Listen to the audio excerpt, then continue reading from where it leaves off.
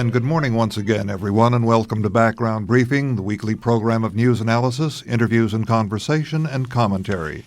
This is Edmund Haddad, along with Ian Masters, and we thank you for joining us, and as Ian said, we urge you to support KPFK as the Winter Pledge Drive continues.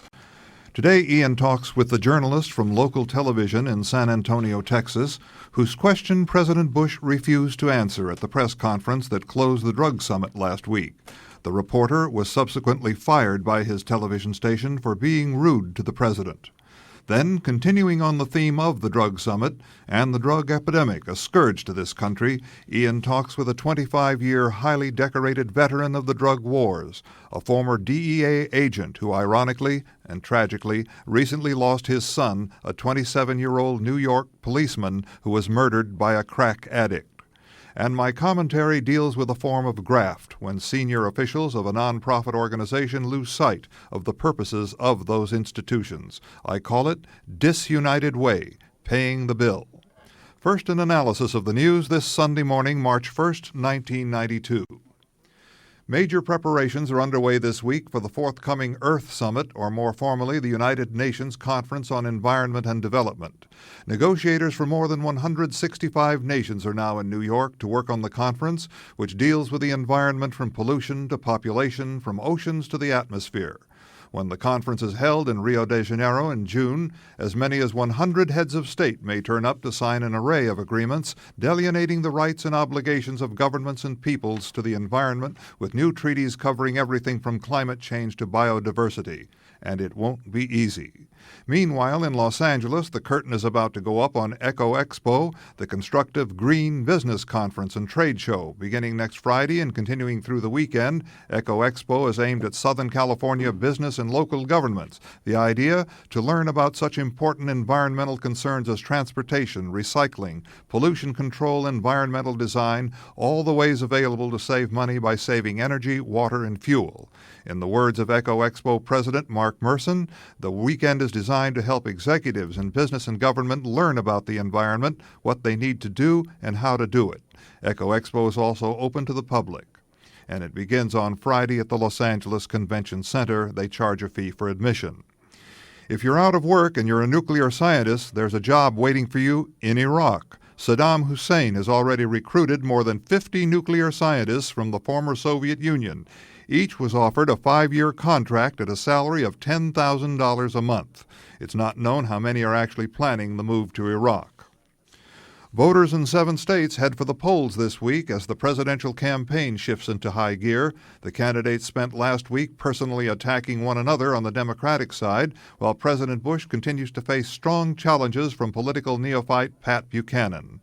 No, not only that, the president had what might be called a less than satisfactory visit to Los Angeles, with what was reported as a rocky visit to his former boss, President Reagan, who was reported to have said that Bush doesn't stand for anything.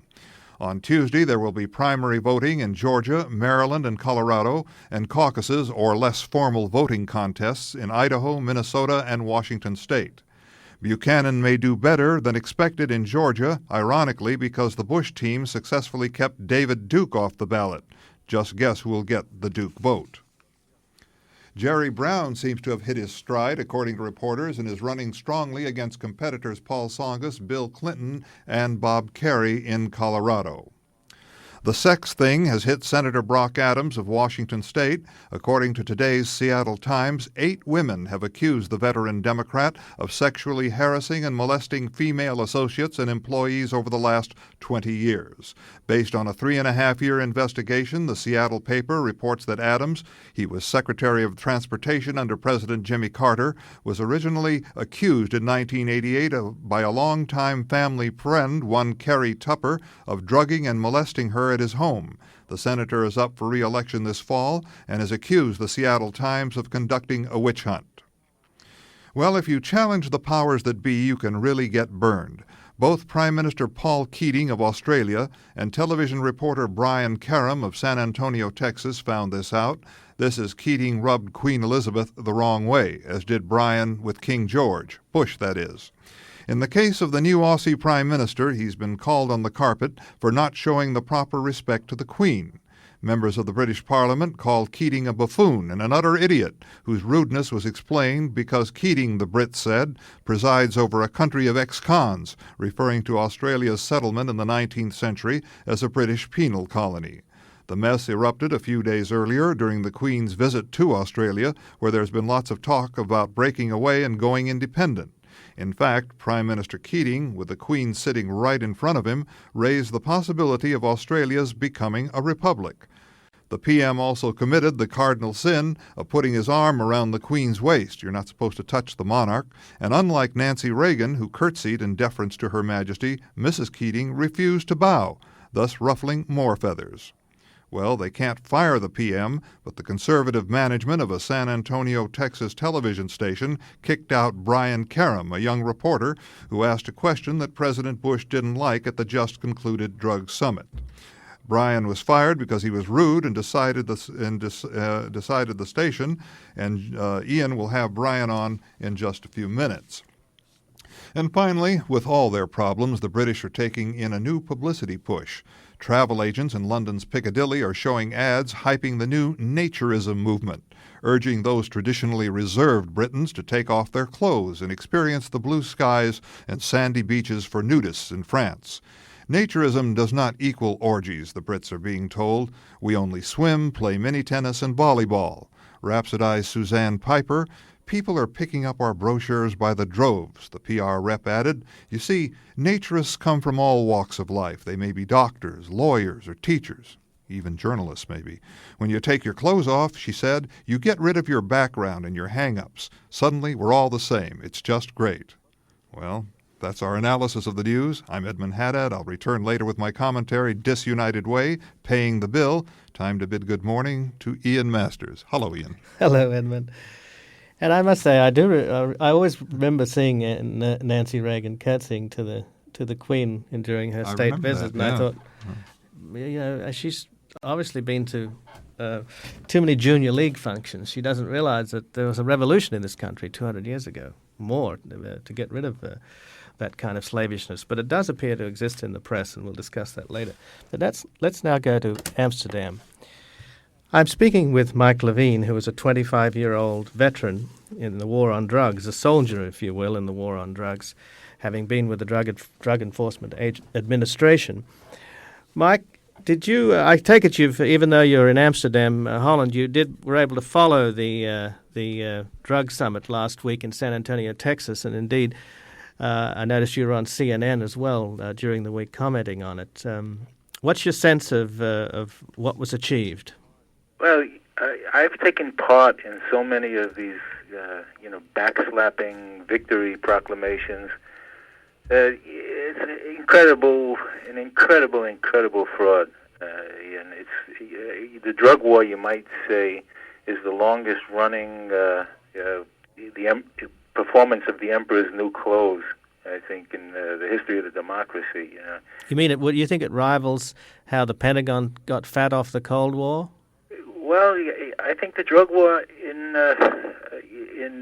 when you start to measure it in deaths, in the amount of money we've spent, lives sacrificed, I think the war on drugs, it goes way beyond Vietnam, way beyond the Cold War. You take the last 10 years, for instance, we spent $113 billion, and for absolutely nothing. Absolutely nothing. The so-called experts that are running this war on drugs can't show that one nickel of that $113 billion has saved a single life. I pointed that out 2 weeks ago in a New York Times article, and oddly enough, for the first time that I can remember, started picking up the support of politicians. The Brooklyn Kings County District Attorney. Now, Brooklyn has 2 million people, and last year there was a death rate, homicides of almost 900, and many of them were drug-related. And he came out publicly and said, "You have to listen. This is the truth. We've tossed that money into a black hole. This overseas, while we spend hundreds of billions of dollars overseas, the American economy is in ruins, And the drug-related violence is at an all-time high, yet the facade of the drug war is continued. And one of the means of continuing the show and convincing Americans that there is a war on drugs are these periodic rallies where we pay the hotel bills and we pay the ways of these statesmen from drug-producing countries, and they all proclaim victory. They all proclaim their support of us. This is the first time one of them was honest, by the way. Fujimori said, "Hey, you don't give me any more money, it's goodbye." In essence, for these people, Colombia, Bolivia, Peru, for them to say we're anti-drugs is to say we're anti-feeding our people, because the drug consumption in the U.S. feeds their people. So the whole thing is bogus from beginning to end, Ian. Well, Mark Levine, you spent, when you were with the Drug Enforcement Administration, you spent quite a lot of time in Panama and in Peru, did you not? I was stationed in South America, living in South America for 3.5 years, and spent a decade working undercover, primarily South American cases into the top of the drug world in South America. And as I wrote in my book, Deep Cover, those cases were all destroyed because they threatened the drug economy. We have a huge vested interest in the continuance of a drug economy. You have, when I started out in the drug war business in 1965, the budget was tens of millions of dollars. The latest budget is $13 billion, and that's the federal budget. And you have 54 federal agencies, including the CIA, which can't make up its mind what side it's on in this drug war, who all get taxpayer money to go to war against the drug war, against drugs, ostensibly. These are huge bureaucracies that don't want to get smaller. And now, with the alleged communist threat disappearing, you've got an increasing clamoring going on for the Pentagon, the Army, the Navy, the CIA to get more drug war money, to get more active in this so-called war on drugs. You have world banking. The drug economy in the world is measured at up to $500 billion. If you talk to a banking expert, they'll tell you this represents an enormous amount of income for banking, particularly U.S. banking. In fact, I did a McNeil-Lehrer show 1.5 years ago and pointed out that the drug-producing nations in South America owed U.S. banking more than $40 billion, and they had nothing else but drugs to sell. And Senator John Kerry, who was on with me, said, and I'll paraphrase him, "Yes, that's true. American banking is getting drug money, and we have to address that. We have to address it, and we're not addressing it. We're not even looking at it." You have a huge vested interest in these treatment and rehabilitation programs that tell Americans relapse is a part of rehabilitation, while they charge us $600 to $1,000 a day for bed for drug abusers. And if you've known as many drug abusers as I have, by telling them they're going to relapse, they won't disappoint you. But what it represents is a huge, growing, vested interest, a multi-billion-dollar industry that does not want the drug economy to go away, and they will lobby for it like any other industry. You have the State Department and the CIA who recognize that tens of millions of people are eating because Americans buy drugs.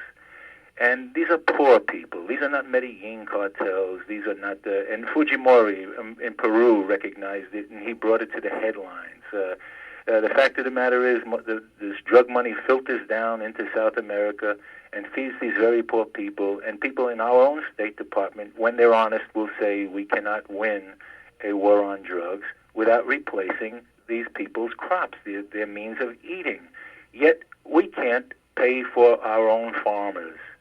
In other words, we're not fighting a drug war that will take food out of the mouths of these people. There's a very definite 38th parallel, like in Vietnam, in this war on drugs. Yet, at the same time, what they do is they tax us tens of billions of dollars a year to fight drugs when it doesn't even exist. We're not the drug war doesn't exist. And what happened to me, Ian, is that I had to have the experience of reaching undercover probes and working in undercover probes that actually threatened the drug economy to find out that, in reality, my own government, as President Bush paid Manuel Noriega from 1976 to 1979 as a CIA asset, while Manuel Noriega was a known drug facilitator.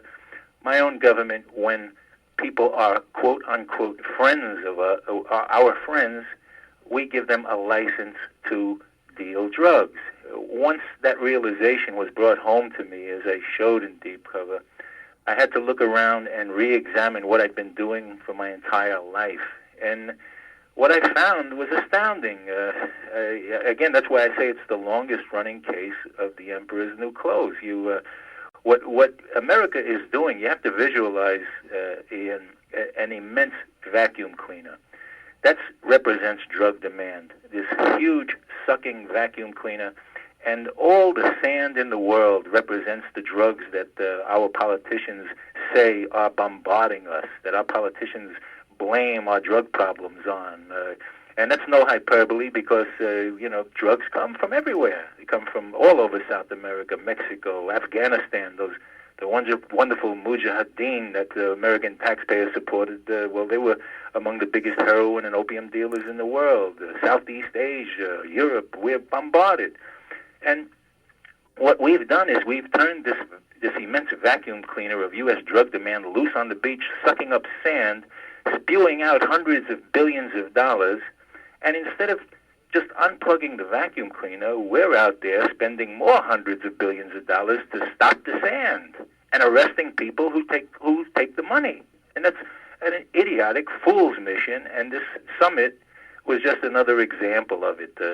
Total fraud, total fraud on the American people, and the drug economy will continue. And in the next election, you're going to have more summits, and that's the way it goes, Ian. Let me just remind the audience, if I may, that I'm speaking with Michael Levine, who's a former agent of the Drug Enforcement Administration and the author of Deep Cover, who spent 25 years, and as he mentioned, in the DEA, and as he mentioned, 10 of it in South America, most of which were involved in the highly dangerous business of working undercover.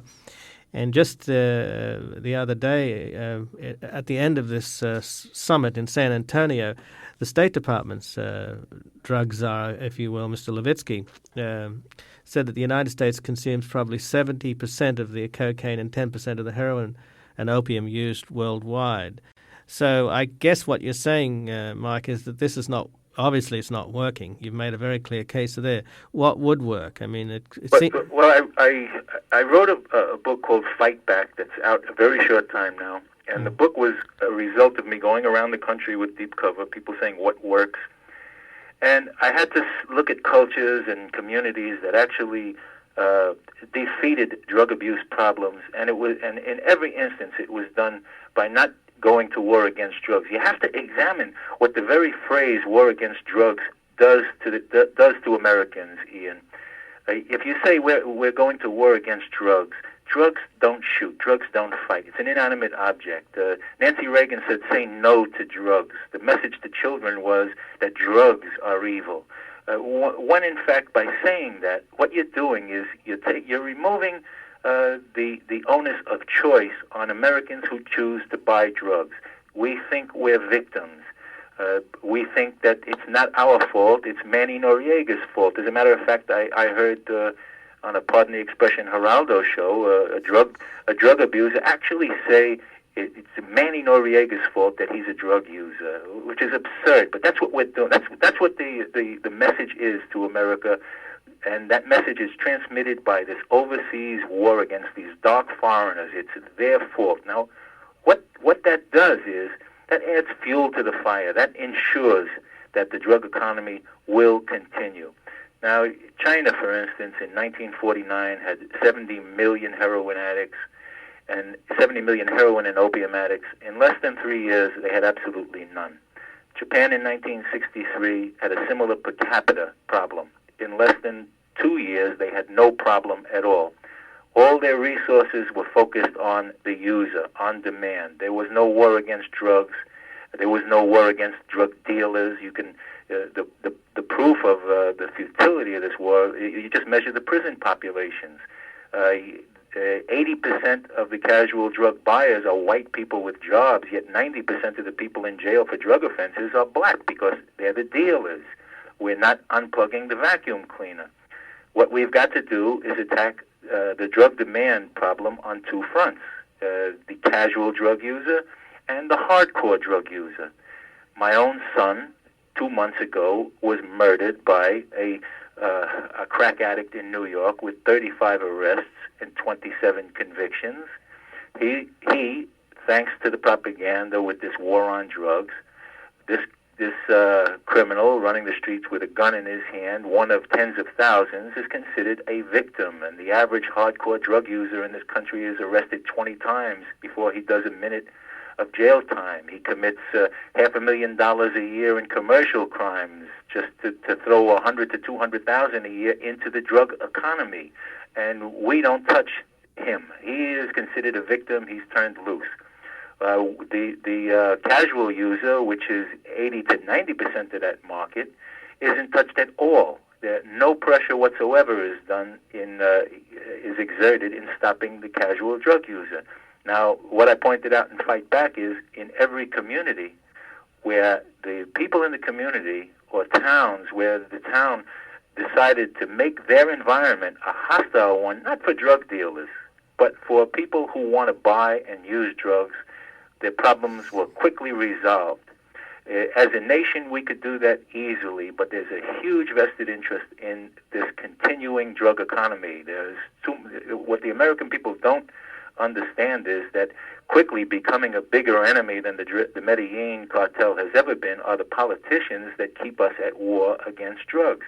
Now, I'm happy to say that a town, Greenville, Mississippi, the police of the town of Greenville have bought the book, Fight Back, and have decided to organize their community, and hopefully within 6 or 7 months we'll be able to say we have a town with a population of 70,000 people that had a significant drug problem, and we cured it. And we're going to begin that as soon as I come back from the Netherlands.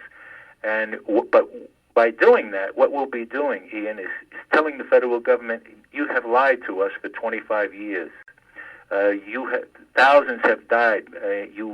You've gone out and done things like Operation Just Cause for the alleged arrest of a drug dealer and killed Americans and innocent people in a fraudulent drug war.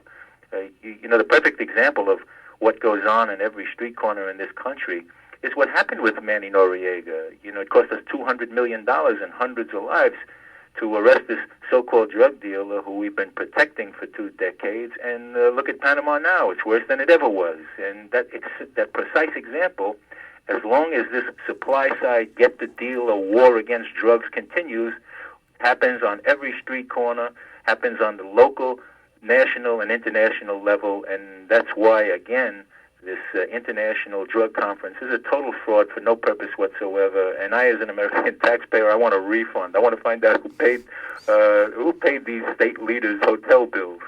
Well, you also, just on the subject of Manuel Noriega, 2 former heads of the Drug Enforcement Administration, John Lawn, who's now running the Yankees, New York Yankees, and Peter Bensiger, have both been called as character witnesses for Manuel Noriega by the defense. Do you need any more proof of what an incredible fraud this war on drugs is? Where Manuel Noriega, who's on trial by the U.S., calls the heads of DEA as his character witness. I mean, how much do Americans need before they really get up on their hind legs and fight back against this immense fraud? And what's really startling, I got to the Netherlands on Wednesday, and I turned on CNN, and I saw myself for a moment criticizing the drug war, and then somehow within hours, my segment was removed, which doesn't surprise me. I mean, Deep Cover, as a matter of fact, was voted one of the 10 most censored books of last year by Bill Moyers and a university out there in California. But later, yesterday, I heard that another reporter, another journalist, confronted President Bush with the same type of information that he'd heard from frontline soldiers in the DEA and other investigators in this so-called war on drugs, that the thing is a fraud, that it's a joke, and I heard he was fired. We actually have him on in a little while. He'll be joining us in a little while, Mike. Well, it's again, here we are. The emperor's new clothes is the best analogy I can find, Ian. I mean, if you dare to say, hey, the emperor has nothing on, you get fired, you get censored, you get kind of shoveled under a rug, and we're living in a time when the American people have voted in polls that they're willing to give up their rights under the Constitution to win a war on drugs that doesn't exist, and I'm afraid I have to fight back against this, Ian. If we lose any more rights under our Constitution, we have any more journalists fired, then someone like me will not be able to be on a radio show like yours, and that's all going to happen under the banner of war on drugs, and it's got to be stopped. Well, finally, Mike Levine, you mentioned that we treat for example, the crack addict who killed your son, who was 27 years old, a sergeant in the New York Police Department, yes, with 35 prior arrests, 27 convictions, including one for assaulting a police officer. When you say that we treat them like victims, I take it what you're saying is that there has to be some treatment in terms of this is a disease as well, is it? Well, yeah, it's if you can't say it's a disease because it's a disease in the sense that it's a disease that's self-inflicted. At some point, right, children, young men, adults, whoever decides to take cocaine, whoever decides to take heroin, whoever decides to experiment with crack knows full well what they're getting into. If they then become diseased, they did it willingly. Mm-hmm. What happens, though, is, look, my own brother was a heroin addict for 19 years, and he eventually committed suicide, and we treated him like a victim. Mm-hmm. We didn't think he belonged in jail, in spite of the fact that a part of the psyche of being a drug user is to turn on everyone else. I mean, if you take a child, during the Reagan administration, they did a study, and they found that virtually 100% of a child's first drug experience comes from another drug user, his friend, his little school pal, not from a drug dealer. And drugs don't attack the child. Yet we teach our kids say no to drugs. We're disarming them. We're not arming them. They're not. The whole thing is being treated in such a duplicitous way that even the children are given mixed messages. So you're arguing for education. Hardcore drug user has shown himself to be incapable of getting off drugs by means of treatment on demand. Now, we can do one or two things with him. If they commit crimes, they belong in jail. Yet our judges seem to be under the philosophy that this is a poor victim. It's really Manuel Noriega's fault that these people are out there. Let's get the dealers and let's just slap these people on the wrist. When the fact of the matter is that the hardcore drug user is out there killing people, and the murder rates are up all over our country. 5 weeks after my boy was murdered, another policeman, Hilario Serrano, was murdered by two crack addicts. In between, about a dozen citizens in just New York alone were murdered by drug addicts, each of whom had extensive arrest records, but they were considered victims. And the streets of all our cities are loaded with these quote-unquote victims running around with guns who are turned loose continuously because of this whole philosophy of it's the drug dealer's fault, and our populations are paying in blood. During the Vietnam War, we lost 46,000 men in Vietnam, but on the streets during those same years, on the streets of the United States, there were 80,000 homicides, and many of them were drug-related, and those statistics are now much, much higher. So what's the answer? In China and Japan, what they did was they gave them mandatory treatment. If you're a hardcore drug user, you were ordered into hospitals. You were put there, and we can do something like this in America. We don't have to change a comma in the Constitution. There's something like 2 million felony arrests a year of people who show indications of hardcore drug use. You immediately give them a choice. You say, we know that you're committing crimes because you're dependent on drugs, and we know that most of you cannot get off drugs. What we will do is allow you to volunteer for a lifetime rehabilitation. That is, we'll put you in a hospital. We'll teach you anything you want, from basket weaving to computers. We will then loose you on the street in an X period of time and test you frequently, and if we find you on drugs, you're off the street again for 4 or 5 months. In essence, we'll be taking people, each of whom commit up to $1 million a year in commercial crimes, off the street. You'll be taking hundreds of thousands of dollars for each one you take off the street out of the drug economy. You know, the $200 million we spent on Noriega didn't take 1 cent out of the drug economy, but if you put one hardcore drug dealer in a program where he has no choice but to be off the street and not committing crimes, you're taking money out of the drug economy, and you're lessening the crime rate. No matter how you look at it, it pays.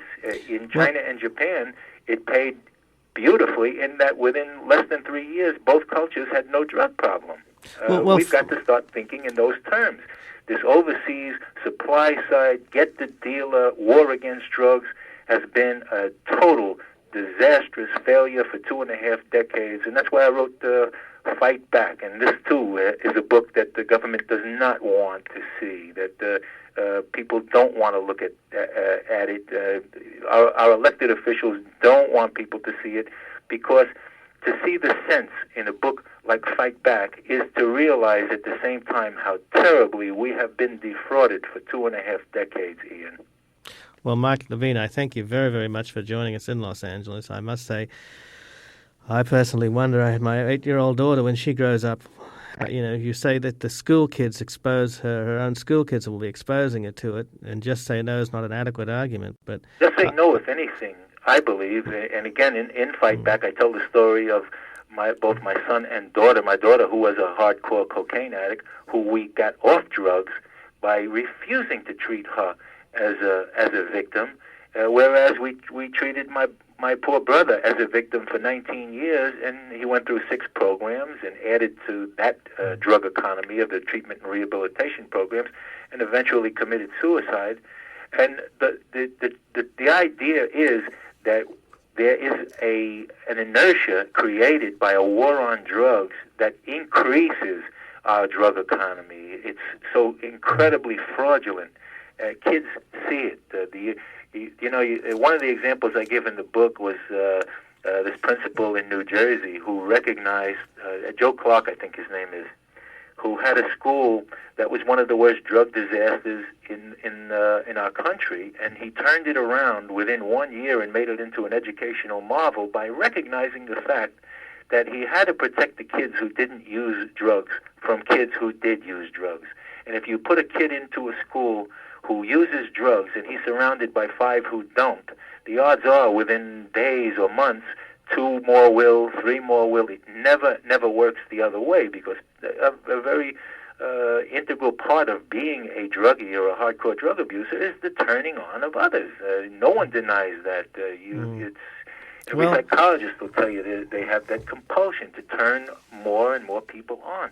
So the object is, in a school, especially at an age when children are susceptible to peer pressure, is that's when we have to protect them, not send them idiotic messages like say no to drugs. It's absurd.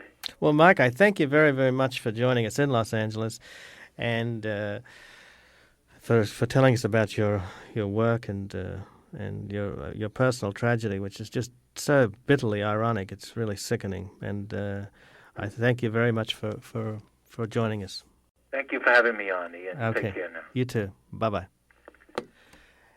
And good morning, I'm Ian Masters, and I was just speaking there with Michael Levine, who's a 25-year-old, highly decorated veteran in the war on drugs. He was with the Drug Enforcement Administration, and he's the author of Fight Back and Deep Cover, having spent most of his time operating in Central and South America undercover, but you can tell that he is no fan of the way that the war is being waged.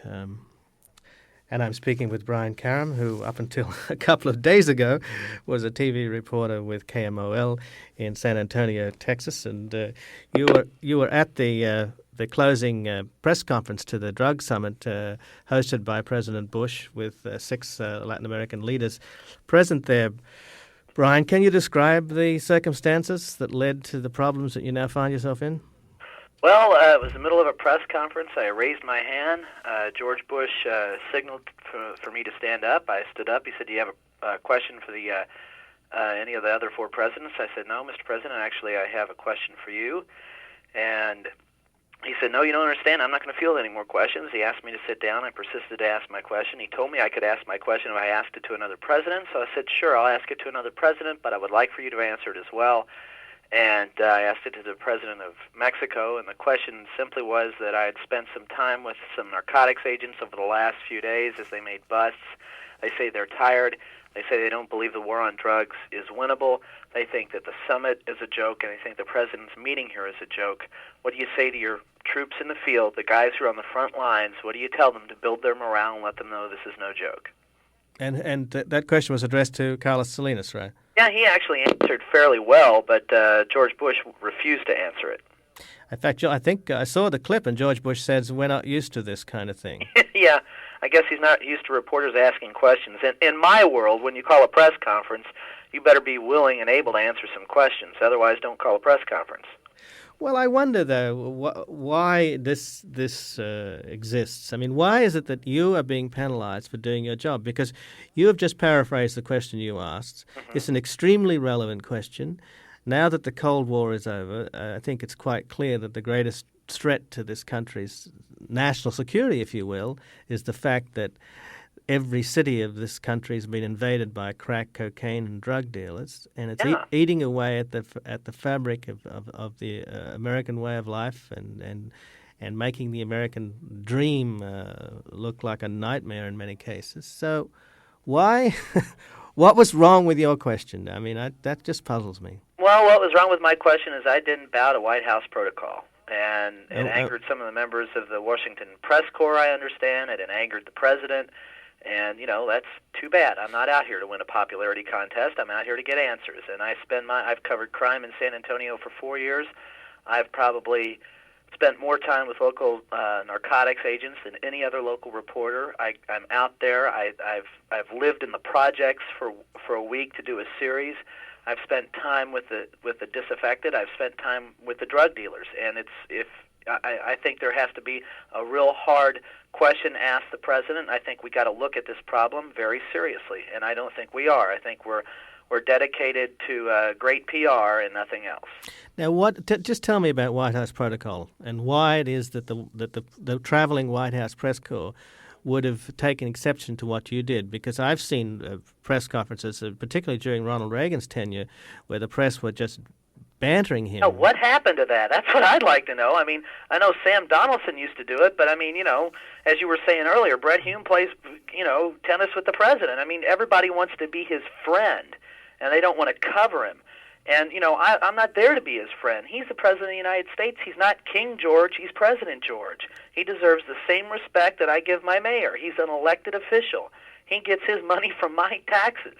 So he has to be accountable to us. And I respect the man for doing the job that he does, but, he's responsible to us. I'm not responsible to him. And this protocol business of, only 2 questions per each president is just malarkey. He said it was a press conference. And like I said, in my world, that means you've got to answer questions. Mm. So was it did Marlon Fitzwater spell out what? I'm just trying to think if there's any infraction that you broke, because, the idea that you got fired for doing your job really is pretty disgraceful, and I'm trying to figure out whether you broke any agreements, you violated any understandings. Well, I mean, as far as I know, I didn't. I simply asked the President of the United States a question. If I had broken protocol, he had already broken protocol because he had already taken 10 questions from foreign journalists. I was only the second American reporter to ask him a question about the drug summit. Mm-hmm. The first reporter to ask him a question was an AP reporter who asked him a question about the South Dakota primaries and the budget. And so, I mean, I think it's, since he had already fielded 10 questions, he had already himself broken his own protocol. Mm-hmm. So he signaled to me, he pointed me out in the crowd, I asked him the question, he should have answered it. Well, Brian, I just tell you a little story. When I called, when you were on CNN and they ran the clip in total, and then they had your response, I immediately called San Antonio information to get your number.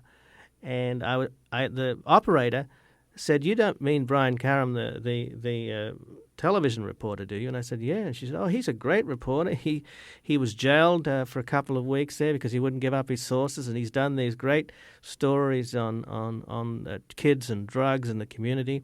And I said, "Well, you know, he's just got fired." And she was outraged. So you've got a fan at AT&T there. I mean, that's an unsolicited opinion. So let me ask you about what the local reaction to your being fired is. Well, I've got a lot of supporters in the press. My former employer is not among them, and I have heard from some very vocal Republicans that I should have been fired for being so rude to the president. So, I mean, it's a hornet's nest down here, but there seems to be some support for it. So I take solace in that. Well, I called your former employer to get your phone number, and which they didn't give, but they said that you had resigned. And yeah, I know, that's pretty funny. Like I'm going to resign with a mortgage, a child on the way, and 6 puppies. Oh, Lord. Yeah, and today they're now saying that I was fired, but for varied and other reasons. Not just the question that I asked. So I guess they've changed their story. I guess it's called spin control in the White House, and it's called damage control in the corporate level. So I guess that's what they're exercising right now. But my news director called me up at 12:20 on Friday and told me not to come into work, took me out for a walk around my neighborhood and told me I was fired and said I had been too persistent and a little too rude in asking the president a question. And now that the station is saying that you have there are other infractions, have there been any other? No, as a matter of fact, I've got a letter from my managing editor that says I've been making great progress and that I've been a good team player and getting along with all the members of the staff. I won the 1991 Freedom of the Press Award from the National Press Club. The Texas Association of Broadcasters gave me their Perringer Award for Valor in Journalism. The station spent $100,000 backing up my rights of free speech when I refused to disclose a source in 1989 and 1990 that I spent 2 weeks in jail for. I covered the Persian Gulf War for that station. They sent me to Saudi Arabia. I was one of the first journalists inside Kuwait City. I'd like to know what I've done wrong. Well, you know, I called the local paper there, the San Antonio Light, and I talked to the reporters there that were covering, just to get some background. And I'd also checked into the ownership of the station that fired you. It's United Television, and its holding company is in Salt Lake City, Utah, where its flagship station is. Yes. And the reporter on the San Antonio Light suggested that they had also looked into it, and they felt that the conservative Republicans that own the network in Utah and Salt Lake City had in fact gotten a call from the White House, and that's how they acted so quickly to can you. Do you know whether there's anything to that? Well, I heard from, I wouldn't doubt it, Marlon Fitzwater, when asked about my firing, had no comment. He didn't say Brian who. He didn't walk away and say I never heard of the man. He just said no comment. I think that's pretty telling in and of itself. But I do know that from people who work at Channel 4 that they got a couple of calls from people outside the station, presumably from the corporate people, and that our station manager took our news director out and had a talk with him, and that's when Ron called me, was after that. Mm-hmm. Well, it's just extraordinary, though, that where do you think this excessive politeness in the press comes from in terms of covering political leaders? I mean, there was a Doonesbury strip the other day making fun of David Brinkley, and the entire strip was, "Thank you very much for being there. I know you've braved the cold weather to come in. You were a very busy schedule. We really appreciate the time you're giving us," and so and so and so. So these kind of love fests that go on with public officials. I worked in Europe and in England and other countries, and politicians are not. In fact, if anything, they're treated with more disrespect than garbage collectors. You know. So well, garbage collector does an honest job. I mean, I've got an uncle who's a state senator, and one time and my father sells cars for a living, and one time this woman asked me while we were covering our trial, she knew my uncle, she said, "Let me get this straight. your uncle is a state senator, and I said, yes. And she goes, you're a reporter, and I go, yes. And what's your father do? I said, he sells cars for a living. And she goes, geez, can anybody in your family get an honest job? So, I mean, maybe there's something to that. But, I mean, politicians deserve respect for holding public office, but they do not deserve to be treated with the reverence one reserves for royalty. I think that it comes from the fact that reporters want so much to be friends with the people that they cover. I think they want so much to be buddies because they think that will get them information, that I think they're fooling themselves. Politicians are only going to give you the information they want you to have. They're not going to give up anything because you're a buddy. They remember the whole time that you're a member of the press. They want positive PR. So by snookering up to presidents and other elected officials, I think all we do is ruin ourselves as journalists. I don't think it helps out our cause very much. Well, finally, Brian Karam, you've made me worried about you now with your mortgage and your kids and the dogs and the puppies. What do you think's going to happen? Have you got any offers? No, I haven't. I talked to my agent on Friday when this happened, and he's going to put out some tapes. And of course, if there's anyone out there who, I'll solicit that. If there's anybody out there who wants to hire a reporter, I'm definitely available.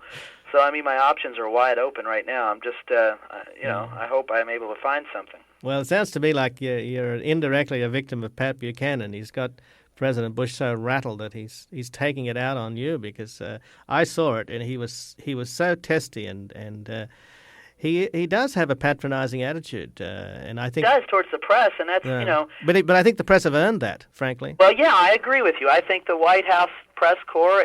I would agree with what my own news director said. He said that the White House press corps is a bunch of effetist snobs, and I would have to think that for the most part, by and large, they are. I don't think you earn points by kowtowing to the president. I know some of the members of the Washington press corps got angry with me. What for? Because I asked a question?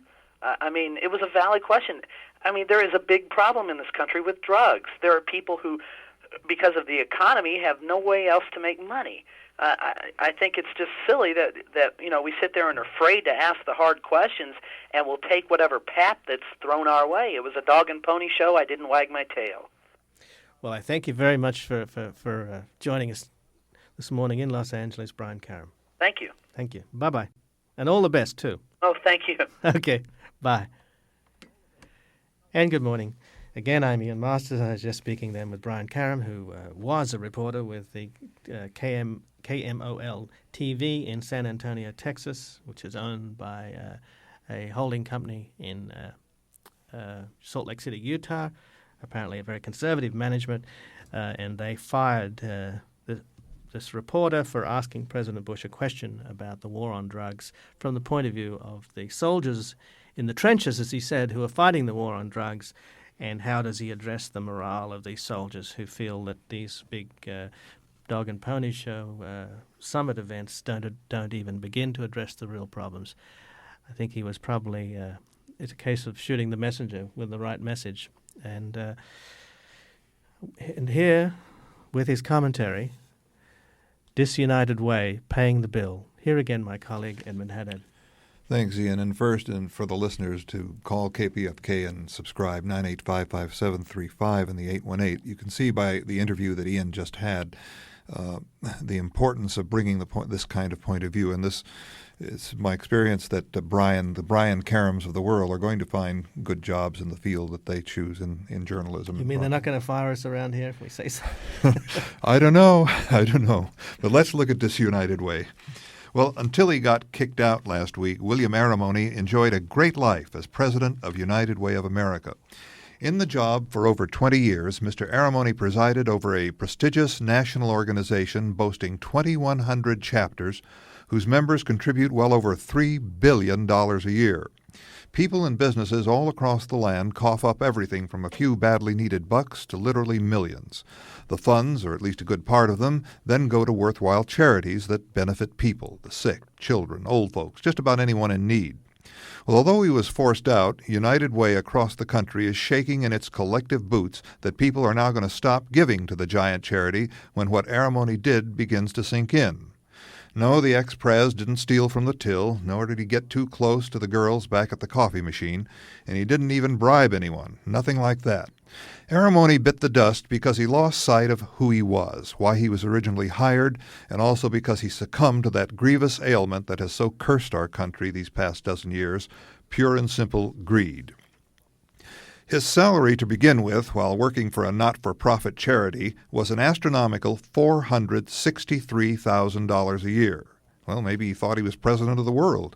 He also provided himself with a posh apartment in New York City to conduct business, he said, and he also set himself up in nice digs in Florida, with United Way, of course, footing the considerable bill. Of course, he maintained his own home, a nice place in suburban Washington, D.C. True, he holds an important position, so important, he thought, I'll need a chauffeured limousine to get me from my appointment to appointments. And admittedly, like most of us, he loved to fly first class, charging the tickets, of course, to United Way. Everything began to, as they say in the vernacular, hit the fan, when he started using the sleek Concorde over the Atlantic. Current round-trip fare aboard Concorde from Washington's Dulles International Airport to London's Heathrow is $7,426. Well, nobody's saying that this guy has to sign a Benedictine vow of poverty simply because he chooses to work for a non-profit organization. But when you had an outfit where people regularly pledge, say, 5 or more % of their annual $25,000 a year salary to charity, then you can see that what Bill Arimony was doing, at least until a few days ago, was obscene. Actually, this kind of spending is the order of the day for senior executives at many corporations. The difference is that they are for-profit enterprises. They're not charities. You can argue about how much money corporations waste, and they waste plenty, but it's still their business if they elect to use the Gulf Stream 4 to head up the Snake River for some salmon fishing to entertain equally well-heeled clients. Well, while it's difficult to put a figure on an appropriate salary for someone heading a national nonprofit, depending on the individual annual budget, it would seem that compensation in the neighborhood of $100,000 a year plus medical and retirement would be appropriate. Also included would be a modest expense account, which would cover travel and business meal costs. And as delightful as first-class flying is, it's a no-no because of the exorbitant fares. However, if the job does require frequent trips, there's nothing wrong with flying business class, especially if the executive is over 6 feet tall. The way coach is configured these deregulated days, you can often hear flight attendants mutter, "Daisy, how about some help back here in the cattle car?" Well, if you're tall, coach trips can be excruciatingly uncomfortable. While it doesn't excuse his behavior, it's easy to see how Bill Arimony got into trouble. After you're in a job like that for a while, if you're not careful, you begin to identify too closely with your board of directors, the overwhelming majority of whom are extremely affluent people. For example, Arimony's former boss is John Akers, who volunteers his time as chairman of United Way, when he wasn't at his regular job as chairman of IBM. In the course of your work, you might need to use their limos, one of their corporate jets, or even be invited to their private social events. When it gets a little dicey is when you begin to authorize these perks for yourself. Set yourself up in your own little fiefdom. This becomes particularly onerous if the nonprofit happens to be a charity like United Way. It also fits in with other forms of public service. Particularly putrid was the Los Angeles County Board of Supervisors' action last week, voting themselves a 19% raise in their already generous retirement benefits. Several will get well over $100,000 a year to help them get through their golden age. And all this gives an entire new meaning to the phrase, the golden rule. I tried to work it around a bit and came out with, he who has the gold rules, or perhaps their rules financed by our gold. Well, George Bush is forever complaining about the gloom and doomers in the media. When you learn about people like William Arimony and those other kinds at the public trough, what are you supposed to do? Stand up and cheer? This is Edmund Haddad with a commentary on the news. And as you know, you've been listening to Background Briefing, broadcast weekly on KPFK Radio here in Los Angeles. In addition to our every Sunday slot at 11 a.m., the program is rebroadcast Monday mornings from 7:30 until 8:30. Our thanks to echoing Alan Fong, to Bruce Yale for engineering and production. Tapes of the program are available through Pacifica Archives at 818-506-1077, and please ask for Pamela Burton. Again, Ian Masters and I encourage all of you in the extended KPFK family to support the station, particularly in the current fund drive. Ian and I are delighted to be with you and to be able to explore the myriad issues of the day. I hope that you'll agree this merits your financial support. I'm Edmund Haddad. We look forward to being with you again next Sunday and wish each of you a good week.